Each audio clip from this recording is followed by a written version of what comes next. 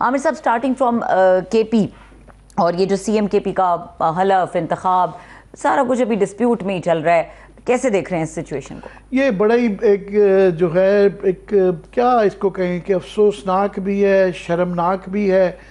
एक पार्टी है, उसके पास 2/3 की अक्सरियत थी जो कि आपने मखसूस नशिस्तों से कम करके 92 कर दी। 92 जो है 145 के अंदर बहुत बड़ी अक्सरियत है। उन्होंने प्रूव किया है कि तमाम तर हथकंडों के बावजूद भी उनकी अक्सरियत कायम है वहाँ पे। और आप उनको जो है ये गवर्नमेंट नहीं बनाने दे रहे। सारा ये जो तरीकाकार ही था, मैं समझता हूँ गवर्नर साहब का जो केपी गया है ना, कुंडी साहब का, ये नहायत ही अफसोसनाक किस्म का एक रवैया है उनका। पहले ही इस पे कहना उनका, ये देखें ये सेरेमोनियल ऑफिस होते हैं, कॉन्स्टिट्यूशनल ऑफिस होते हैं, इनके तकाजे होते हैं, ये बड़े जिम्मेदार ऑफिस होते हैं और ये डाकखाने का रोल है।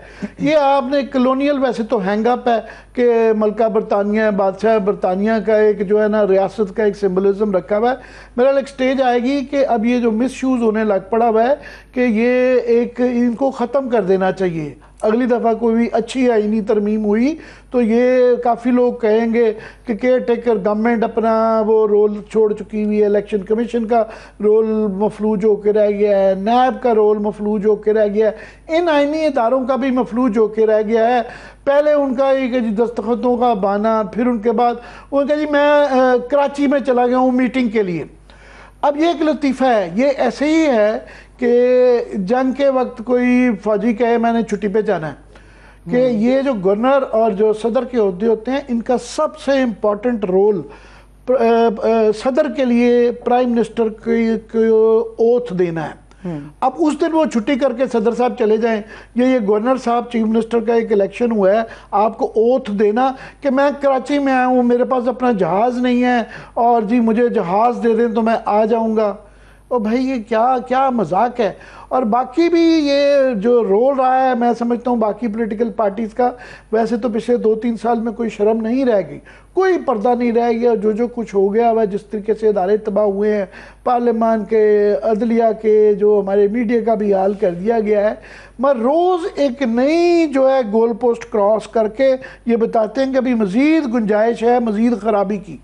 कि पहले देखें ना नून लीग के अंदर इतने इतने नाम जिनसे थोड़ी सी उम्मीद थी कि शायद कहीं थोड़ी सी शर्म रह गई हो।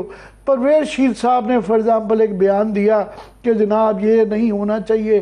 सारी उम्र आप देखें लिबरल रहे, प्रोग्रेसिव रहे, जमहूरियत की बातें नहीं, वोट को इज़्ज़त दो, डॉन लीग के हीरो, और एकदम से जो है ना उनको ये आ गया कि नहीं, ये इलेक्टेड आइन की बुनियादी स्पिरिट है कि विल ऑफ द पीपल, जो कि इलेक्शन के थ्रू आता है। जैसे कैसे भी आपने 8 फरवरी का इलेक्शन करवा लिया, उसके बावजूद जो है वो 2/3 के करीब वो अक्सरियत वहाँ पे ले गए हैं। अब उन्होंने उसके बावजूद मुश्किल के अपनी वहाँ पे अक्सरियत साबित कर दी है अब अदालत में जाके। और वहाँ से अब देखें अभी दोबारा थप्पड़ पड़ गया कि अदालत से आज फैसला हो गया कि जनाब कल हल्फ लें अपना, और ये नहीं देते तो स्पीकर साहब दे दें। अभी दोबारा फिर गए हुए हैं। तो नून लीग का ये रोल, पीपल्स पार्टी का रोल जो है, अब ये अगर दिखा दें कि ये बिलावल साहब ने पता नहीं शर्म आ गई है उनको कि बस कुछ ना कुछ जो है ना जमहूरियत की इक़दार रही में पीपल्स पार्टी, ये उनको सूट करता है कि वहाँ पे नून लीग की हुकूमत ये JUI की ना बने। सुनवाएं जी, ये क्या उनको भी क्या ख्याल आ गया? बहरहाल ये पता नहीं बिलावल साहब को फाइनली ख्याल आ गया कि कुछ ना कुछ जो है ना एक फिग लीफ रहना चाहिए, और उन्होंने शर्म दिलाई है कुंडी साहब को कि अब अपनी जाके दूसरी, अब तो अदालत का हुक्म आ चुका है। मगर अभी भी वही फुट ट्रैकिंग चल रही है। मौलाना फजलुर रहमान देखें ना आप, वो भी एक ज़माने में बड़ी इज़्ज़त इनके वालिद साहब की जो भी थी जमहूरियत पसंद होने की, उन्होंने उस ज़माने में नैब की जो है भुट्टो साहब ने बलूचिस्तान की गवर्नमेंट तोड़ी थी, उन्होंने KP की इन सॉलिडारिटी अपनी हुकूमत चीफ मिनिस्ट्री छोड़ दी थी, रिज़ाइन कर दिया था उससे। जो है वो इतनी है। बहरहाल एक 77 की मूवमेंट रही, 1986 की मूवमेंट में जो है ये MRD की मूवमेंट में मौलाना फजलुर रहमान ने बहुत इज्जत बनाई थी। एक अपना एक मिजाज रखते थे, बड़े असूल पसंदी थी, मगर वो भी अब क्या, अब देखें उनकी 18 के करीब सीटें हैं और वो कह रहे हैं जी वो हुकूमत बनाना चाह रहे हैं वहाँ पे। किस बात से भाई आप बनाना चाह रहे हैं?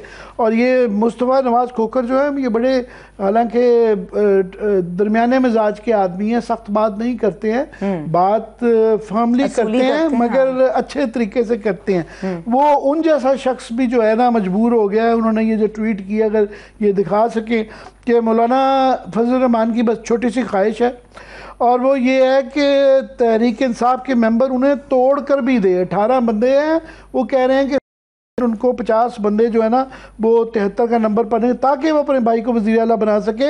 एक बंदा भी उसके बावजूद नहीं टूटा।